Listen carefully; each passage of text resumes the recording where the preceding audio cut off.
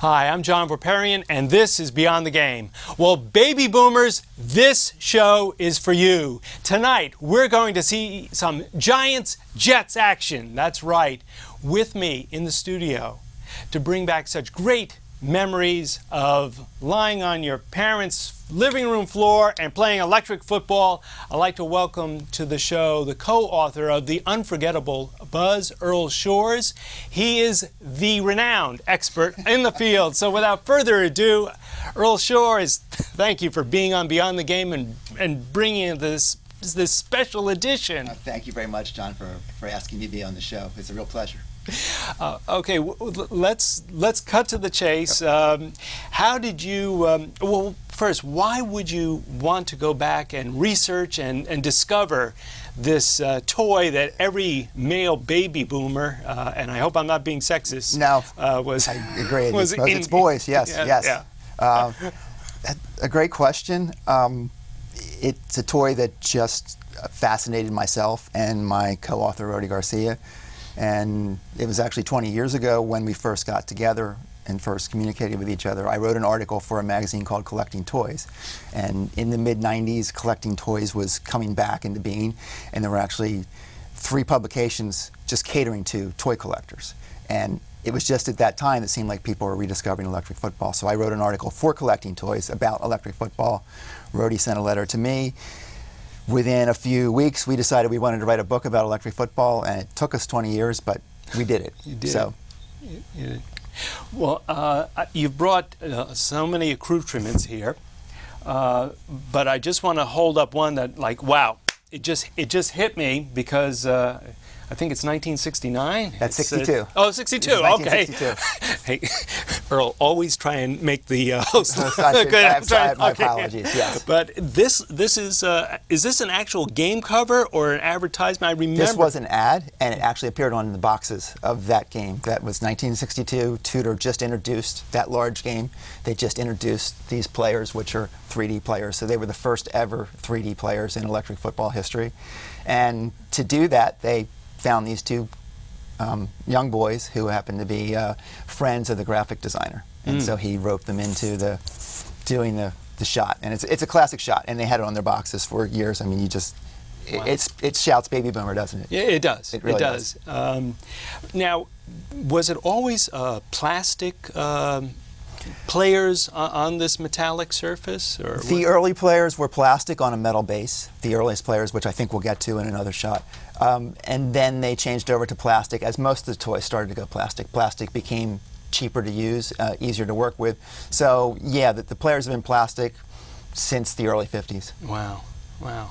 And the painting or the let's talk a little bit about that, because if you, at your website www.theunforgettableBuzz.com, you've got some great stories, and one of them is the paperwork that you would get from the electric football company, and ordering a team or 2, and some of us like the AFL, and you sometimes didn't get the colored uniform that you wanted. No, and sometimes you didn't get the team you want. I had an experience of ordering my teams, and then I got the box back, and they were short one. It's short the one I really wanted, and that was a common experience. But think about it. The teams were shipped from Hong Kong. They ended up in Brooklyn, so it wasn't like today where you could FedEx the things, and they would run out of stock. So wow. But I just want to see for historical reference, because in your book, you guys have actually researched all this, but this is one of the... that is the very first game. That is the game that was invented by Norman Sass at Tudor Metal Products. He invented the game in 1948. It came onto the market in 1949. And what was the reception to the American toy buying public to this? They sold them out completely in that first year. Wow. They even sold them out to the point where, within our research, if you look at toy ads from January of 1950, you can find stores that are announcing they just got the game back in stock. And this is in January after Christmas, so people are still looking for the game at that time. Yeah, Norman Sass told us that he was blown away by the reception of the game. He never envisioned that it would, right off the bat, have the success that he had with it. What do you think lent itself to the phenomenon of electric football and young American boys? I think it was all in the timing. It was all in the timing of this game came out at a time when football and television were just starting to make their mark on American culture. And this was a football game unlike any other that had been made. I mean, in the past, if you go back through the historical games of other games, they were either card games for football, or you rolled dice, or you had a spinner. This was the first one where you could put your men on the field. Maybe they didn't run straight, but they ran all by themselves. And in 1949, we argue that that's just as big a deal as PlayStation would be in the 90s. It's just that kind of thing. It was ahead of its time, and it lent itself to, if you really wanted to envision a football game on your living room floor, you could, because the men were going all over the place. Growing up, what was your favorite team? I grew up outside of Philadelphia, so I was a default Eagles fan. But as we spoke earlier, because my late '60s Eagles were so wretched, I shifted over and rooted for the Vikings at that point in time. So I was a Vikings fan / Eagles fan. Yeah. Oh, you had the Eastern Conference and the Western Conference in the NFL at that time. And yeah, the Vikings were much more exciting than the Eagles were at that point. Yeah. It was much more fun. And Roddy Garcia, has he ever shared with you, your co-author, as to his football pedigree? Yes, Roddy is a lifelong Vikings fan because he actually lived in Newark, New Jersey, and then he moved to Miami. But he ordered the Vikings. On the very first NFL game that Tudor made, there's a Vikings helmet on the grandstand, and he saw the helmet on the grandstand and decided, that's my team. So that he's still a lifelong hardcore Vikings fan at this point. Wow. Well, you know, this is something else. I showed the viewers the first game, and I noticed there's no NFL logos. Right. And I guess this is the master plan, or the great summit, so to speak? Yes, that is actually, Norman Sass is on the left, the president of Tudor Metal Products. This was 1971. He's receiving his second consecutive Sears Roebuck Award of Excellence for the Super Bowl that they were providing Sears at that point in time. And also at that point in time, probably the more important point, Tudor was the NFL's top moneymaker, and the NFL's top moneymaker from 67 to about 77. So the award was of such import that Pete Rozelle, the commissioner, the commissioner of the NFL, came to the award ceremony for Tudor receiving their Sears Award. So that speaks to how important the game was to the NFL, believe it or not. Now, you mentioned Sears. I guess Montgomery. Montgomery Ward is also a player in this, and for folks who need to know, that was a major retailer at one point in time. I just want you to know that. But the games would feature different NFL teams in their particular regions, or which department store. Yes. Do you have a matrix or a ranking in my head, system? There's stuff in there somewhere. I know. Wait a minute, folks. You got to go to unforgettablepuzz.com or the book. But Earl, please, if you could do it off the top of your head, amaze the viewers. The big deal. Tudor obtained the NFL license in 1967, and their claim to fame and what put them over the top as making them what we remember about electric football is that they came out with the painted teams. So you could order your favorite team from Brooklyn by mail, or maybe they came in a game. The original games from 67, there were 3. You had a large game, which had the Browns and the Giants. You had a small game, which had the Colts and the Packers, which was a Western division rivalry at the time. And then there was a mid-sized game that was made especially for Sears, and it came with the Cardinals and the Bears. We like to think that they put the Cardinals on there because the Cardinals weren't that far removed from being the Chicago Cardinals. Right. So to impress the Sears buyers, who were headquartered in Chicago, we'll make the Sears game with the Chicago teams. I think you and Mr. Garcia have definitely hit on a kernel of the truth.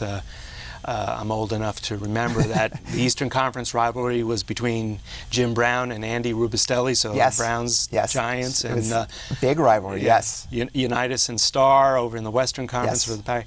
And of course, Sears or So all their choices, Tudor's choices, were pretty smart in who they put on the games. Even though I think in '67 the Giants did not have a very good year, if I remember right. No, you are remembering right, Earl. I mean, you may have had problems in Philadelphia, but brother, yeah, the Giants back then. And probably the landmark game for Sears, and one that really, I wouldn't say put electric football on the map, but it's the biggest landmark probably that we see in electric football. In 1969. Tudor provided Sears with a Super Bowl game, a special Super Bowl game. It was the first large Super Bowl, but just by coincidence, that first Super Bowl has the Jets and the Colts. And that's probably the most famous Super Bowl. People argue it's the most important NFL game, well, professional football game ever played, just because it changed the perception of the AFL, it changed the course of football. So Tudor happened to recreate a piece of history in a game that they provided for Sears, and they sold out for Sears. And I was lucky enough in '69 to get that game for Christmas. So it was a beautiful game.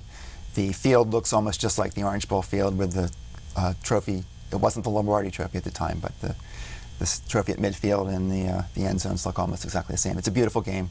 It's one of the most sought after by collectors today. Was there pressure on Tudor and Gotham? You mentioned the AFL and NFL, and at the time being rival leagues, the NFL was very much a ground game oriented football, and the AFL was wide open. It's completely different. Did that force the toy makers to well, how are we going to get the aerial game in, or emphasize? I'm not really sure. They both had different approaches to their aerial game. Gotham had a magnetic football and a magnetic quarterback, and Tudor went with the felt football route, and the little player he wasn't quite spring-loaded, but he had a spring effect going on. And I really think just if you got the teams on the field, the painted teams on the field, that was probably good enough. They did go through, as you've read the book, that there was like a stadium race with the electric football makers that Gotham made in 1965, made this giant stadium that went 3/4 of the way around the field. If you look at it, looks like Shea Stadium.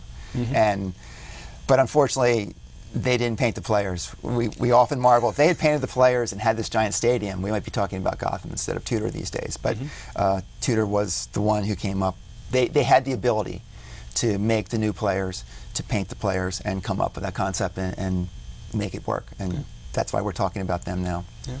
Well, mentioning painting the players, this brought back memories, and this is actually, I will admit, this is the rule book that I had, and I'm glad you were able to obtain and put together this. That's the classic of classics. That's the photo that was in the 1967 rule book that came in the games. Actually, the photo appeared in '67 and '68, but it blew kids away. I've talked to men who talk about having this in class and having it taken away from them because they were in class studying their rule book and their players, deciding what team they were going to order instead of concentrating on their lesson. So that's another landmark piece that people. It's just an intrinsic. You react to it from a gut level. There's no question. Yeah, I mean, I looked at this and it was like the Falcons. Yes. I'm a New Yorker, but I was like the Falcons. I just. It's like the teams you wanted and you never got. It's like that is still in there. It's like you look at it and there's just a little bit of longing. It's like, darn, if I'd scratched up $1.50 and gotten those Saints or those Giants in white. Yeah. The college game. Which company embraced trying to incorporate Saturday mornings into the electric football, or did the toy makers decide, you know what, let's focus on? Well, for the longest time, the teams were generic. So through the 50s and into the early 60s, the teams were red and yellow or red and white. So they could be whatever they want. And as we talk about in the book, we think in the early 50s, there was much more college football on television some of those years than there was the professional football. So we kind of think that a lot of the kids the teams were red and yellow, but I think they were seeing college teams and not professional teams at that point in time. But in 1970, Coleco came into electric football. They were the third party in because the electric football pie was so lucrative at that point in time that more companies wanted in. And they created a game they called it collegiate football. They created a small one and a larger size game. And it only lasted a year, but then the following year, Tudor came out with their own college version, which is a very pretty game. It even has the checkerboard end zone pattern that a lot of colleges are still using today. But it only lasted for 2 years. So I don't think there was a lot of, it wasn't lucrative. If it had been, they'd continued to make the college game. Yeah. On those lines of Coleco, there's something that you raised at your website, and I think viewers, Beyond the Game viewers, may be able to help you out, particularly with Coleco. Sports Illustrated at this time is selling posters of various athletes of various sports, and you can see them to this day in various sports art galleries. And you and Roddy have. Why do I keep pronouncing his name? It's okay. It's Rhodey. It's Rhodey. It's Rhodey, yes. Well, I want to be right. But you and Rhodey discovered an advertisement by Coleco or order form concerning posters of football and baseball players. Yes, because in 1970, they jumped into the whole action sports game thing with they called it the Coleco World Sports. And besides a football game, they had a baseball game. And part of what they did is their line, they couldn't get the official NFL licensing, and they couldn't get the official Major League Baseball licensing because Tudor had both. So their thing was they created this Pro Stars line. So I'm not sure which organizations they contracted with, but they had contracts with individual players. So you could order posters of NFL players and AFL players. Well, actually, they're combined at that point in time, and the baseball players too. I don't think I've ever seen a poster, but they did. If you have the boxes from that period, they do have little squares of the players, and I presume that was what the poster was going to be of the Glenn Dawson and John Hadel and Lance Allworth. Yeah, I saw some of the names that were listed at your website, unforgettablebuzz.com, and Campy Campaneris, Carl Yastrzemski for the baseball. So I guess if any viewer or friend of a viewer had ordered those posters, they should hold on to it. Yes, absolutely. And touch base with you and Roddy, who I'm butchering his name, but that's okay. It's on the book, right, The Unforgettable Buzz. And we're talking about him, so it's all good. Now, what are some of you've done toy fairs, the book signings, what are sort of like the top 3 questions or top 3 stories that you may hear from folks that had an electric football game? You always shared some. That's a great question.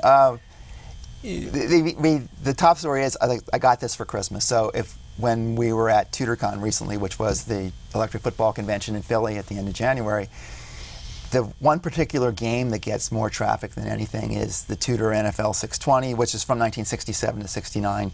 And it's in the book, The Unforgettable Buzz. There's lots of pictures, and there's going to be a new book for Christmas. It's going to be called Full Color Electric Football, and it will be 100+ pages, just color pictures, not a lot of text. So unlike this, which is quite the tome to read, it'll just be photos. But that game from 1967, people, more than any other game, people come up to that and just get a big smile and just want to talk about they got it for Christmas, they got it for their birthday, they got it from their brother. It's just it's a really wonderful game, and so that's the story that sticks with us the most. And we know whatever event we go to, we have to take a 620 along because of how much that touches people. That game in particular, it has the Giants and the Browns on it. How big a conference or a convention would an electric football event draw these days? In the main, just a ballpark figure. It was about 150 people that were there. It was pretty good. Yes, and this year will probably be bigger. I'm not sure where they're having it. There's some rumor they'll do it again in Philadelphia, but I think its profile is going to raise this fall. I think there's some good stuff in the works, and we'll be seeing more electric football. Is it the painting of the players? Is it the trying to create the best looking stadium? What's the thrust that most gamers? The gamers that are at the convention are playing. They have modified the bases. They make their own bases, and I don't. It's not like they're at the kitchen table making bases. Like they're producing bases in quantity that they actually can sell, and so they've created it and spent enough time working with the bases, they can make the bases run where they want. So it's the competition.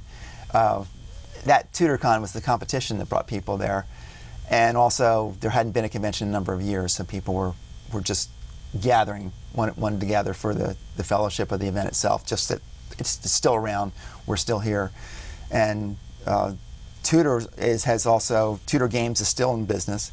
They've made a new set of games which are lighter, they're more streamlined, they're quieter because they're battery operated, and they work really well. And they have a new line of bases that go on the new games, and it works really well. So they're going to be in Toys R Us, they're going to be in Dick's.